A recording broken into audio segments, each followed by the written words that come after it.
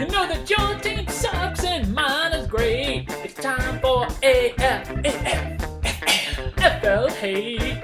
Gonna make them pits, gonna make them mad. I'm gonna do them dirty.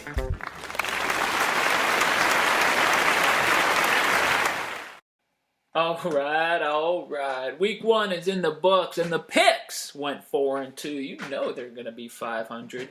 4-2 is the bottom end of how my picks will do, so I am kind of disappointed. I'm going to pick that up next week. Let's get right to the games. ISIS 102, Sigmund and the Sea Monsters 84.4. Thursday night, Sunday afternoon, Sunday evening, people were looking to bury the ISIS, get the body in the ground when the body was still warm. Guess what, folks? Like Hulk Hogan getting up off the mat with the 2 count, I'm still alive. I got up. I socked Timmy in the face with an elbow, and then I body slammed him, giving him that patented leg drop off the ropes, and this game was over. And let me tell you something. A lot of you think that I didn't have what it takes this week. 102 is on the low end of what I could have scored this week. Eddie Lacy, going up against the number 1 defense in the league, gets a concussion, only 4.5 points. Alshon Jeffrey tweaks a hammy, misses the entire second half, only 7.1 points. Mark Ingram, 2 touchdowns on the bench. Lamar Miller, Zach Ertz, Randall Cobb, all 1 touchdown on the bench.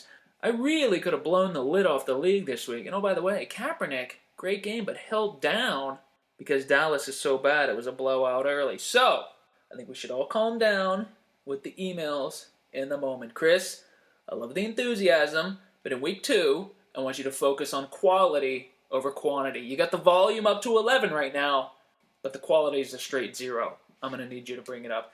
Timmy, it was looking good on Sunday night as Peyton Manning was throwing all over the coast, but ended up slowing down. Only 20.9 points for Peyton, not a ton. Monty Ball did get 14 points. He did get in the end zone. I might not know everything about football, but Monty Ball, maybe not a great runner. Kind of reminded me of Trent Richardson on the other side. Kind of takes what he gets, goes down on first contact. Not sure how good he's going to be. Deshaun Jackson did draw into the lineup over Devonta Freeman, but only 6 points. Kelvin Benjamin, 15 points with a beautiful catch right over a Buccaneers defender. Great catch, great play. Could be a good player. So, of course, that was an auto draft for Timmy. And Michael Floyd almost scored a 93-yard touchdown last night to make things interesting, but he was caught from behind. Jordan Cameron, 4.7 points, went out of the game with a shoulder injury. If only Timmy could somehow improve his franchise player spot. You know, like if he had, I don't know, A.J. Green there. Now, he still would have lost this week with A.J. Green. Let's be clear about that, but would be an improvement over the currently injured Jordan Cameron on the currently terrible Cleveland Browns. Jaguars defense, that 4th-round pick, only 5 points. Same amount of points as the Bills defense, which I picked up right before the season started. Almost like you don't have to waste an early pick on a defense. So, decent game out of the box for Timmy. I did say he was going to be good this year. Don't be discouraged by this one. There were a few teams that he would have beaten this week. When you run into a high-powered buzzsaw face first, you're going to come up on the losing end. Oh, by the way, A-plus effort by Timmy trying to trade Ray Rice 10 minutes after he was cut by the Ravens. The only thing that was more hilariously pathetic than that trade call was Roger Goodell suspending Rice indefinitely 2 hours after the Ravens cut him. Oh yeah, me too, guys. Luthbrook, 102.4. Riggins Riggs, 73.6. The shocker special of the week. Before we get all bent out of shape here, this does remind me a little bit of Lawyer Malloy game, the Bills-Patriots. Boy, about 8 or 9 years ago now when the Bills blew out the Pats like 36-0 in week 1 and everybody thought it was over for the Pats and the Bills were flying, and then we saw how the rest of the season turned out, of course. Let's not read too much into this one just yet, but an amazing start for the Luthbrock. Andrew Luck, I call him Andy, 24 points. Tried to mount another furious comeback in a great game. Toby Gerhart, only 5.7 points. Kind of a downer. In fact, Gary's 2 first-round picks, Toby Gerhart and Bishop Sankey, combined had 8.2 points. Of course, on the other hand, his 2 second-round picks, Cordero Patterson and Julius Thomas, combined for 47.2 points. So in the end, a great result from the draft, just kind of in the wrong order. Like if I was a developer and I was trying to write some auto draft program, I would go back and retest it because I'm getting the results I want. I'm getting two good players. I'm just getting them in the wrong order. Anyways, great start by Gary. I don't think Julius Thomas is going to average 3 touchdowns and 28 points a week, but Cordero Patterson, let's give it up to Gary. That was a great pick. He probably should have just taken him in that 6 spot over Bishop Sankey.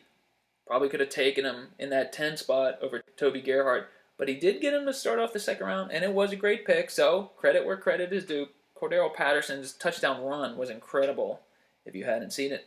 Edelman, he actually did have 11 points. I was surprised. He did 21 rushing yards. There you go. Pete Garçon, only 7, no big deal. Patriots defense, 2 points. That's pretty good considering they gave up 33. So again, full credit to Gary. Full marks. High scorer of the week. He's the number 1 team in the league right now. But again, let's not get too bent out of shape. Riggs. What happened here? Andy Dalton, only 15 points. That's a pretty good game for him. And actually, he outscored Drew Brees this week, so no drop off there. Matt Forte had a great game. But Bernie Pierce, 0.4 points. Came in, lost the fumble, benched. Now with Ray Rice out, maybe for a second it looked like, oh, this would be a boon for Pierce, but now they're already talking about Forsett and other guys. Pierce might be just absolutely useless. He might get himself cut, and he didn't even hit anybody. Jordy Nelson, only 8 points. You know, a little surprised to find out that Sherman locks up on a side, not a player, and you would think that would have been more points for Jordy, but Green Bay, tough game all around. Dez, only 5 points. That's a bit of a fluke week. Dallas is bad. I mean, really bad, but they're not bad on offense, too. Jimmy Graham, only 8 points. Nate Freese, rookie kicker, 9 points. Unfortunately, he came into this game needing like 41 points, didn't get there. So, Riggs, bad game, bad start. I'm calling this a blip. There's no way that Jordy, Jimmy, and Dez combine for 21 points again. That's just not going to happen. But Luthbrook, 1-0, the high scorer, can't be denied. The Whitechapel Rippers, 84.1. Little Baby Jesus, 40.7. Not a good game. Pretty much everything that could have gone wrong for LBJ went wrong this week. Rodgers, playing the number 1 defense in the league, on the road, only 8 points. Trent Richardson, 5 points. That's a great game for him. He is so bad. He cannot break a single tackle. If somebody slaps him on the leg as he runs by and he goes down, he is really awful. Shouldn't even be in the league, and definitely should not be on this Little Baby Jesus team. Reggie Bush, only 6 points. He's not the number 1 option in Detroit, folks. In the backfield, the number 1 option is Joik Bell, who's on the ISIS. Joik got in the end zone. Reggie just caught a couple of swing passes and dove into the pile, only 6 points. Fitz, 2.2 points. Carson only looked at him 1 time the entire night. Maybe 2. I don't know what's going on there. Keenan Allen, he was locked up by Peterson, only 3.7. Gronk caught a touchdown, but I don't think we can count on him too much. Chiefs defense, 1 point. And it's not like Little Baby Jesus made any mistakes with the roster. The bench only scored 23.2 points. Just not looking good for this team. But the Whitechapel Rippers, Stafford looks amazing. Completed 68% of his passes last night. No interceptions. Dumping the ball off when he was in trouble. That was looking good. Gio, 11 points. Doug Martin got hurt. Only 1.6 points. That might be a concern. Except the Rippers have Carlos Hyde with his 11 points on the bench, and he looked great. They have Brandon Cooks with his 15 points and his touchdown on the bench. He looked great. Shane Vereen on the bench with his touchdown. He looked great. Of course, Emmanuel Sanders looked great. Julio only had 10 points, and Vernon had 2 touchdowns. So Whitechapel, they could have had a lot more points. An easy win. A great start for them. This is a team that is truly set up for this year and 2015. This is a team that's going to be around for a little bit. This is a good team. Little Baby Jesus, I'm going to need to see a little bit more out of you next week. It's always running in Philadelphia, 76.3. Heck. 69.2. I did pick the winner correctly. However, I did expect a lot more points out of both of these teams. It's always runny. Carried by the passing game this week, ironically enough. Matt Ryan, 28 points. Much better than Robert Griffin's 8 points. Griffin is on his way out. Frank Gore only 6. LaShawn McCoy only 11. Not very runny there. Vincent Jackson 3.6. Eric Decker 7.4, and that feels like a good game for Decker. Only 9.8 from Reggie Wayne. I mean, not a great start for Runny. A win is a win, sure, but they had to be absolutely carried by Matt Ryan to this win. Not a great performance through the rest of the lineup. As for Hagak, Foster 11 points, probably going to be one of his best games of the year. DeMarco Murray 19 points in a terrible Cowboys effort. Golden Tate was stopped just short of the end zone last night, but that would not have been enough points for the difference, so let's not stress about that one. Now, sure, if Golden Tate gets in the end zone there, that puts Hagak up to 75 points, and then they could look at two things that cost them the game. One, the Packers defense having a -2. Demaryius Thomas only having 4.8 points, even though he was talked about as possibly the number one receiver this year. Or putting Dennis Pitta on the bench in favor of Stephen Ridley. Dennis Pitta had 8.3 points. Ridley had 2.8 points. Tate gets in the end zone. Pitta stays in the starting lineup. Hagak wins this game. Neither one of those things happened, so there you go. Now, once again, I actually tip my hat to Bill McCamey here for listening to me in the preview. Dennis Pitta still didn't belong in the starting lineup. Only 8 points is not that great. Now, it's not my fault that Hagak has no other options better than Dennis Pitta. That's his fault. That's something he's got to deal with. It's look in the mirror time for him, especially with ISIS rolling into town next week. But, all's well that ends well. It was a roster decision that didn't pay off, but he lost anyways, so who cares? Game over. Animal House, 94.9. Timmy doesn't have any friends, 75.1. Before we get into this, I wanted to introduce a new feature this season. It's, would the result of this game have been the same for Scott if he didn't have Drew Brees? Let's go to the books. Drew Brees, 13.3 points this week. Geno Smith, 12.1 points this week. Phillip Rivers, 10.9 points this week. So technically, Drew Brees was Scott's best quarterback this week. But would the result have been the same for Scott without the Drew Brees trade this week? Yes! He still would have lost tremendously. And by the way, this game, only 13 points for Brees. We know the Saints struggle on the road. This one was in a dome against a division rival, a team they're familiar with.